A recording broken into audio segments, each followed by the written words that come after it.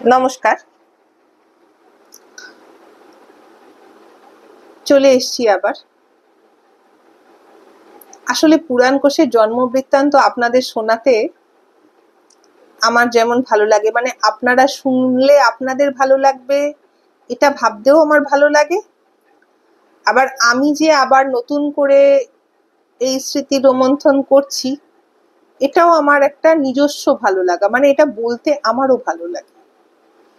এই তো মনে হয় এখনো আজকেও আমার মনে হয় যে এই তো সেদিনেরই কথা যে আমি কাজ শুরু করেছিলাম, এবং প্রতিদিন মনে হতো এই কাজ কোনোদিন শেষ হবে। সেই কাজ শেষ হয়ে গেছে, 5 খণ্ড বই প্রকাশ হয়ে গেছে, কিন্তু পুরাণ কোষের মাতৃত্বের যে যাপন, অনেক ভালো মন্দ সুখ দুঃখের মাঝে, ওটা আমার জীবনের একটা সেরা সময়। মানে ভবিষ্যতে আমি কি করব আর কি কাজ রেখে যাব জানি না, আমার ভাগ্যে কি আছে তাও জানি না, কিন্তু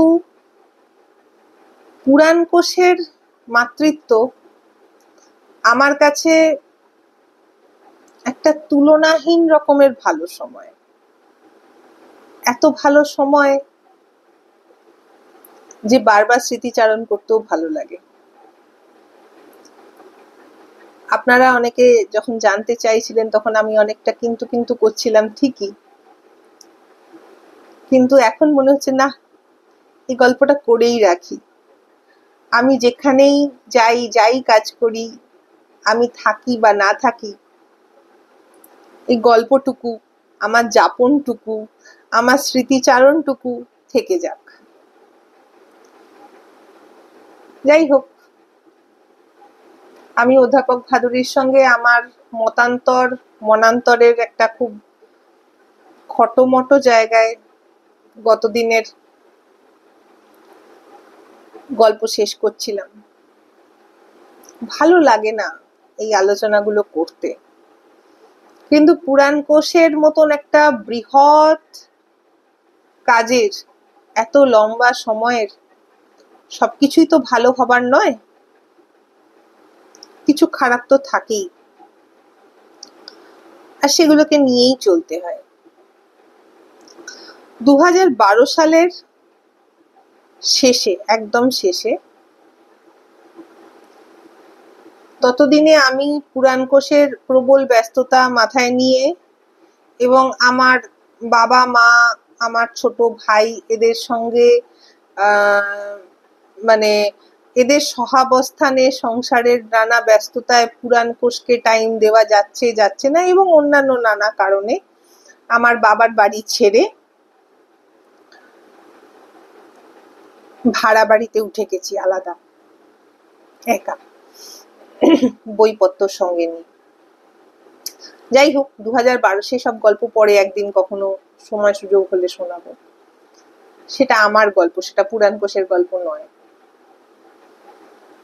কাজে ওসব এখন থাক। তো 2012 সালের শেষে অধ্যাপক ভাদুরী একদিন আমাকে ফোন করে বললেন যে আমি জানি যে উনি মহাভারত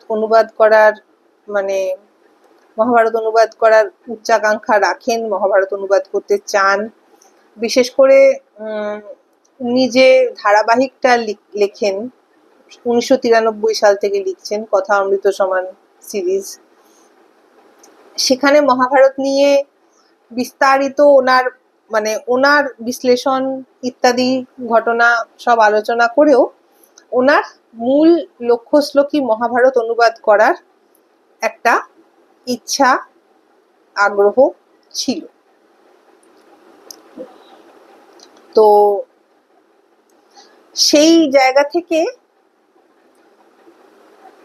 উনি বারবার তখন ইন্টারভিউ দিচ্ছেন, যেখানে যাচ্ছেন সেখানে এই কথাটা বলছেন যে আমি মহাভারত অনুবাদ করতে চাই, মহাভারত অনুবাদ করব। তবে আপনাদের আমি একদম সৎভাবে একটা কথা বলি যে 2012 সালে অধ্যাপক ভাদুরীর অফিসিয়ালি বয়স 62, এবং লক্ষ্যশ্লোকী মহাভারত অনুবাদ করার একটা সময় আছে, ওটা একটা সময় সাপেক্ষ কাজ। এবং ততদিনে মোটামুটি প্রায় বছর খানেক কাজ করে অধ্যাপক ভাদুরীর সময়, শিডিউল, কাজের ধরন এগুলো আমি বুঝতে শুরু করেছিলাম। ফলে আমি কিন্তু মানে উনি যেখানে ইন্টারভিউতে বা কোথাও ওনার লেখাতে যেখানে যাই বলুন না কেন, আমি গোড়া থেকেই ব্যাপারটা নিয়ে সিরিয়াস ছিলাম না। কারণ এরকম একটা সময় সাপেক্ষ কাজ, যেটা একা হাতে করতে মহামতি হরিদাস সিদ্ধান্ত বাগীশের ২৭ থেকে ২৮ বছর সময় লেগেছিল, এবং উনি সেই কাজটা নিজের ৫২ বছর বয়সে শুরু করেন এবং ৮০ বছর বয়সে গিয়ে শেষ করেন। সেই কাজটা সাপ্তাহিক পত্রিকার ধারাবাহিক লেখা, ১৭খানা পুজো সংখ্যা, বিশ্ববিদ্যালয়ের ক্লাস, পুরাণ কোষের সময় দেওয়া, এই সব করে উনি মাত্র কয়েক বছরে করে ফেলবেন এরকম কোনো ভাবনা আমার মাথায় কাজ করছিল না। কাজে আমি ওনাকে মুখে হ্যাঁ হ্যাঁ করুন করুন বললেও ওনার এই ভাবনাটাকে আমি খুব একটা সিরিয়াসলি নিইনি। তাতে উনি আমার উপর একটু রুষ্ট হয়েছিলেন, কিন্তু ধীরে ধীরে যেমন বলবো আপনারাও বুঝতে পারবেন যে আমি কেন বিষয়টাকে সিরিয়াসলি নিইনি। ২০১২ সালের শেষে উনি আমাকে বললেন যে পশ্চিমবঙ্গ বাংলা একাডেমি ওনাকে মহাভারত অনুবাদের জন্য আর্থিক অনুদান দিতে চায়, উনি কাজ শুরু করতে চান। আমি কিন্তু ওকে বারণ করলাম। আমি পরিষ্কার বললাম, দেখুন এই পুরাণ কোষের কাজ সবে শুরু হয়েছে, সবে মোটামুটি আমরা একটা মানে মোটামুটি ছন্দে চলার চেষ্টা করছি, তার মধ্যে এত বড় একটা কাজ আপনি এক্ষুনি নেবেন না। অন্তত পুরাণ কোষের কাজ খানিকটা এগিয়ে যেতে দিন, তারপর নিন, একটা পরিকল্পনা করুন ঠিক করে, ইত্যাদি ইত্যাদি। কিন্তু ওনার সঙ্গে আমার প্রায় ১২ দপ্তরে এবং দপ্তরের বাইরে ফোনে কথা হয়েছিল। প্রত্যেকবার আমি ওনাকে বারণ করেছিলাম। এমনকি উনি যেদিন আমার সঙ্গে বাংলা একাডেমির সচিবের আমাকে সঙ্গে নিয়ে সচিবের সঙ্গে বৈঠক করতে যাচ্ছেন, সেদিনও বৈঠকের সময় আমি একেবারে চুপ ছিলাম, কিন্তু যাওয়া আসার পথে আমি ওনাকে বারণই করেছি। আমার কথা উনি শোনেন, আমার পরামর্শ তখন ওনার ভালো লাগে, এবং বাংলা একাডেমি থেকে মহাভারত অনুবাদের জন্য একটা বেশ ভালো রকমের অনুদান উনি নিলেন, এবং মহাভারতের শ্লোকগুলো টাইপ করে বসানো ইত্যাদি ইত্যাদির জন্য কম্পিউটার সমেত একটা লোককে ঠিক করলেন। তারপরে উনি যেটা আমাকে বললেন এটার জন্য আমি একদম প্রস্তুত ছিলাম না, কারণ উনি আমাকে হঠাৎ বললেন যে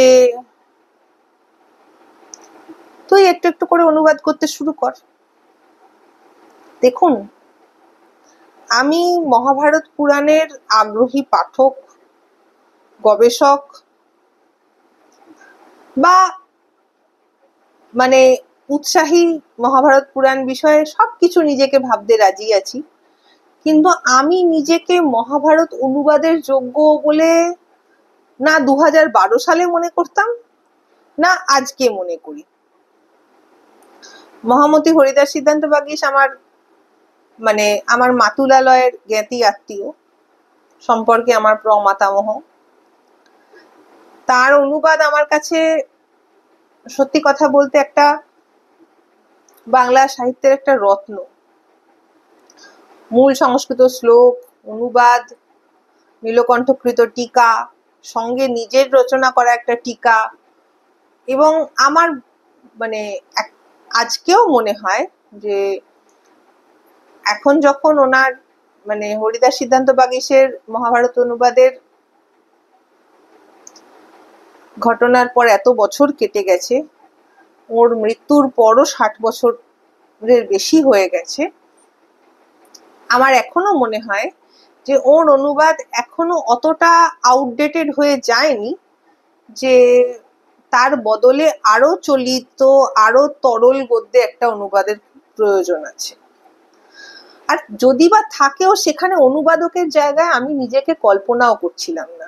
মানে কল্পনা করা, উচ্চাকাঙ্ক্ষা করা, দুঃস্বপ্নেও আশা করা, কোনোটাই আমার মধ্যে ছিল না।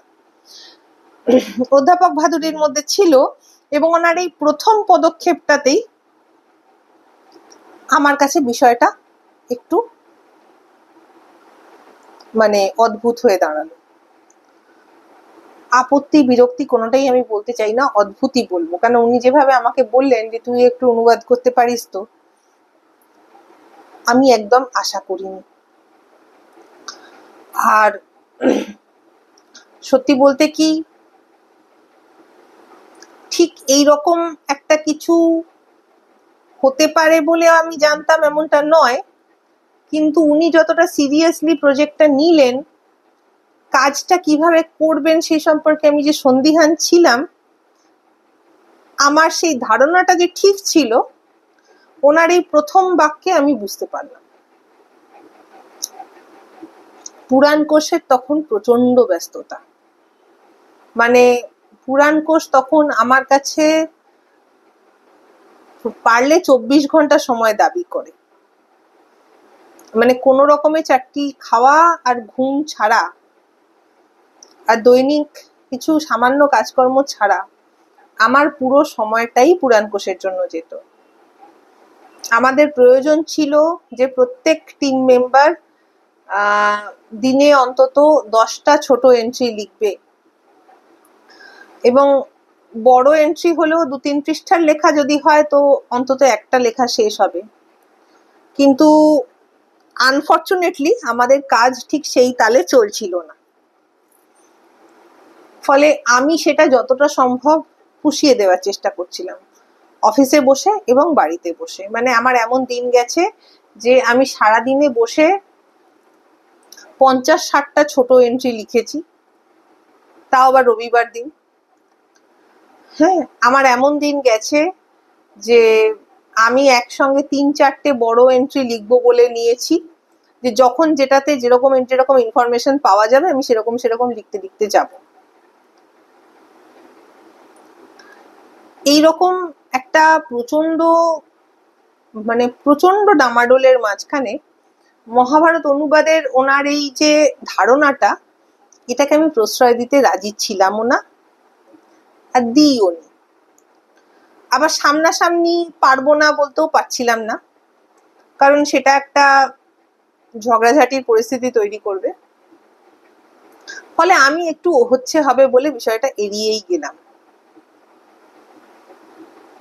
এবং আমি লক্ষ্য করলাম যে যথারীতি 2013 সাল শুরু হয়ে গেল, কিন্তু অনুবাদ শুরুর ব্যাপারে ওর কোনো গরজ নেই। কেন, উনি ওর নিজের তালেই চলছেন, যথারীতি বিশ্ববিদ্যালয়ের ক্লাসে যাচ্ছেন, পত্রিকার লেখা লিখছেন।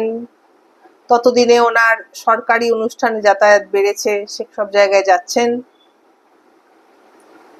আর অনুবাদের প্রজেক্টের জায়গায় পড়ে আছে। মাঝে মাঝে ওর মানে মাথার মধ্যে সেটা আসে, উনি তাই নিয়ে 4টি মন্তব্য এবং ব্যতিব্যস্ততা দেখান, এবং আবার সেটা চাপা পড়ে যায়। এবং একদিন আমাদের রোল নাম্বার 4-কে উনি মানে রীতিমতো বললেন আর কি। রোল নাম্বার 4-কে উনি প্রথমে শ্লোকগুলো টাইপ করতে বলেছিলেন কম্পিউটারে, বাংলা হরফে। তারপর বললেন যে হরিদাস সিদ্ধান্ত বাগীশের যে অনুবাদগুলো আছে সেগুলো শ্লোক অনুসারে একটু চলিত গদ্য করে করে লেখ না। মানে ততদিনে উনি বুঝে গেছেন যে আমি হচ্ছে হবে করছি এবং আমি ভীষণ ব্যস্ত।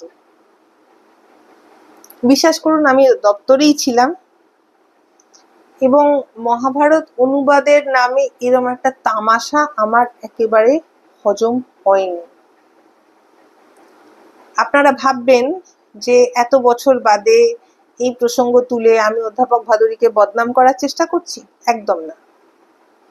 দেখুন, উনি আমার মাস্টার মশাই, আমার এত বছরের সহকর্মী, আমার সিনিয়র, এবং সত্যি কথা বলতে আমি যেরকম গোটা বিশ্ব সংসারকে বাবা বাছা করি, ওকে আমার বড় ছেলে বলতাম। ফলে ওকে বদনাম করার আমার কোনো আগ্রহ নেই। কিন্তু যেহেতু আমাকে ওর ছাত্রী বলে বহু লোক চেনেন এবং বহু লোক আমাকে বারবার এই প্রশ্নটা করেন যে ওর মহাভারতের অনুবাদ কবে আসছে, কবে কোথা থেকে প্রকাশিত হচ্ছে, কি ফর্মে আসছে, কবে সেটা কিনতে পাওয়া যাবে, এবং আমি বহু লোককে না হচ্ছে না, না এখন হবে না, এবং এই ধরনের উত্তর দিয়ে দিয়ে দিয়ে দিয়ে এত বছর চালিয়ে এসছি। এবং আজকের তারিখে সেই উত্তর দেওয়ার তথাকথিত দায়ও আমার নেই। কেন নেই সেটা কিছুদিন পরে আপনাদের বলবো। কিন্তু আমার মনে হয় ওর পাঠকের এটা বোঝা উচিত, এবং আমি ওকে দোষ দিই না। আমি ওকে দোষ এই জন্য দিই যে 62-63 বছর বয়সে এই পরিকল্পনাটা উনি না করলে পারতেন। মানুষের উচ্চাকাঙ্ক্ষা মানুষের দোষ নয়, সময়ের হিসাবটা দোষ হতে পারে। যেমন পুরাণ কোষ সম্পর্কে ওনার এবং ধারণা ছিল এবং উনি সেটা প্রকাশককেও বোঝাতে সক্ষম হয়েছিলেন যে বছর 5-এর মধ্যেই কাজটা শেষ হয়ে যাবে এবং গোটা 2-3 খণ্ড ছাড়া বিশেষ কিছু হবে না। আমি তখনও বলেছিলাম, মানে দেখুন একটা কথা কি জানেন তো, আমরা মেয়েরা, বিশেষ করে আমরা যারা একটুখানি মানে সাংসারিক ভাবে সড়গড় যাকে বলে, মানে বাজারের হিসেব, অমুকের হিসেব, কোন কাজটা হবে কি হবে না হবে, আমরা যারা করে থাকি, আমাদের না বোধহয় মানে ওই সংসারের তালে তালে একটা নিজস্ব মানে প্রজেক্ট ম্যানেজমেন্টের বোধ তৈরি হয়ে যায়। মানে তার জন্য আলাদা করে আমাদের ম্যানেজমেন্ট শিখতে হয় না বোধহয়। আমি জানি না, বাকিদের কথা বলতে পারবো না, আমার ক্ষেত্রে হয়নি। আমি 2012 সালেও বলেছিলাম যে এই বই তৈরি হতে 12 বছর লাগবে কম করে, এবং 5 খণ্ড তো হবেই। এবং 2024 সালে যখন 5ম খণ্ড বের হচ্ছে তখন আমাকে আমাদের প্রকাশক বলেছিলেন যে তুই বলেছিলি। এতে আমার কোনো ক্রেডিট নেই। আমি বিশ্বাস করি যেটা আমার ট্যালেন্ট, ব্যক্তিগত ট্যালেন্ট নয়। এটা ওই মানে হাঁড়ি হেসেল, ঘর সংসার, মানে যাকে বলে সংসারের কাজকর্ম, এইসব সামাল দেওয়া মহিলাদের আমার মনে হয় এটা যাকে বলে সাধারণ বুদ্ধি, এর মধ্যে কোনো এক্সট্রা অর্ডিনারি বুদ্ধি নেই। কাজেই মহাভারত অনুবাদ হয়ে উঠবে না অধ্যাপক ভাদুরীর দ্বারা, সেটাও আমি আমার ওই ব্যবহারিক বুদ্ধি দিয়েই বুঝছিলাম। মানে তার জন্য আমি আলাদা করে এক্সট্রা কোনো চিন্তা ভাবনা করিনি। এবং উনি সেই জিনিসটাকে এমন একটা ছেলে মানুষের জায়গায় নিয়ে এলেন, সেটা আমার মনোকষ্টের কারণ, সেটা আমার ঈষৎ বিরক্তির কারণ, কিন্তু কোনোভাবেই সেটা এমন কোনো বিষয় নয় যে যেটা বলে আমি ওর উচ্চাকাঙ্ক্ষাকে অসম্মান করতে চাই বা ওকে বদনাম করতে চাই, না, তা নয়। তবে যথার্থ উচ্চারণ করার দায় আমার আছে, কারণ বিশেষ করে এতদিন ধরে ওর সহকর্মী হিসেবে, ওর বহু সংখ্যক বইয়ের সম্পাদক হিসেবে, ওর সঙ্গে পুরাণ কোষের অন্যতম সম্পাদক হিসেবে আমাকে যারা চেনেন, এবং বারবার আমাকে যারা এই প্রশ্নটা করেছেন, মানে সেটা সাংবাদিক থেকে শুরু করে, মানে যে সাংবাদিকরা ওর ইন্টারভিউ নিয়েছিলেন মহাভারত অনুবাদ সংক্রান্ত, তারা থেকে শুরু করে ওর পাঠকরা পর্যন্ত, ওর পরিচিতরা পর্যন্ত, তারা বারবার বারবার আমাকে যখন এই প্রশ্নটা করেছেন, না জানি না, না মানে হচ্ছে না, আচ্ছা হবে পরে দেখছি, এই ধরনের উত্তরগুলো আমি দিয়েছি, দিতে বাধ্য হয়েছি খানিকটা। কিন্তু আমার মনে হয় সত্যিটা সবাইকে বলে দেওয়াই উচিত, যে মহাভারত অনুবাদের অন্তত 2012 শেষে তখনও কোনো প্রস্তুতি ছিল না, এবং তার পরের ঘটনা আমি আপনাদের যেমন যেমন এগোবে তেমন তেমন বলতে বলতেই যাব। এবং মহাভারত অনুবাদ শুরু হলো না। 2013 সালের আরেকটা ঘটনাতে ওর সঙ্গে আমার রীতিমতো মতান্তর হলো, এবং প্রজেক্ট ম্যানেজার হিসেবে আমি, এমন তো নয় এটা আমারও প্রথম কাজই, প্রচন্ড অভিজ্ঞতা আমার ছিল না, আর মানে কোষ গ্রন্থ মানে এনসাইক্লোপিডিয়া বানাবার অভিজ্ঞতা তো ছিলই না। কিন্তু ওই হাড়ি হেসেলের সহনশীলতা যাকে বলে, প্রজেক্ট ম্যানেজার হিসেবে সেই সহনশীলতা আমার ছিল। ফলে এই মতান্তরের জায়গাটাকে আমি ঢোক গিলে হজম করার চেষ্টা করলাম, যদিও সেটা খুব মানে মানে কি বলি, এই মতান্তর বা মনান্তর যাই বলুন, এই সিদ্ধান্তটা আসলে সঠিক ছিল না, সেটা কিছুকাল পরেই প্রমাণ হয়েছিল। সিদ্ধান্তটা কি? যথারীতি আমাদের সেই 4 জনের দপ্তরে 2013 গোড়ায় অধ্যাপক ভাদুরী জনৈকা পঞ্চমকে নিয়ে এলেন,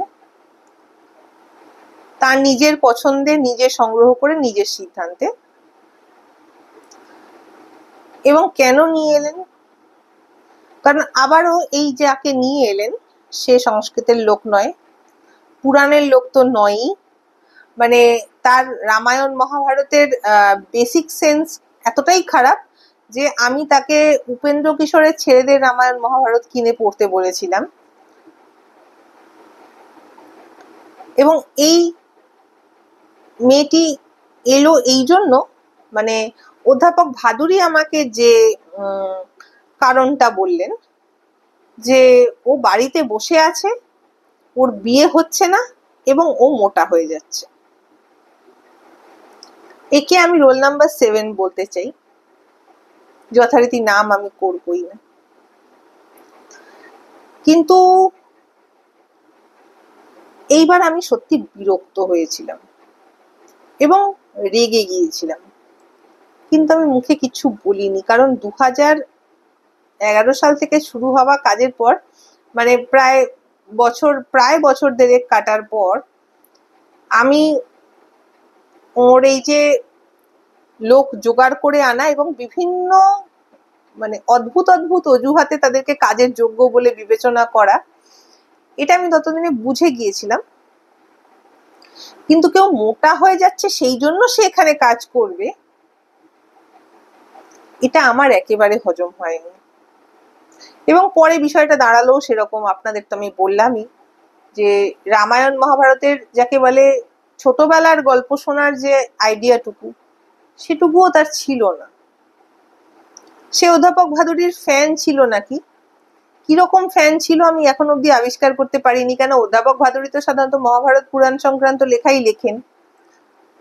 তো কেমন সে ফ্যান যে রাম সীতা রাবণ বা যুধিষ্ঠির পাণ্ডব অর্জুন দ্রৌপদী কারো সম্পর্কেই কোনো খবর রাখে না, কিন্তু অধ্যাপক ভাদুরীর ফ্যান, এবং সে মোটা হয়ে যাচ্ছে, এবং তাকে উনি আমাদের দপ্তরে নিয়ে এলেন। 2013 সাল এই দুটো মনান্তর দিয়েই শুরু হয়েছিল।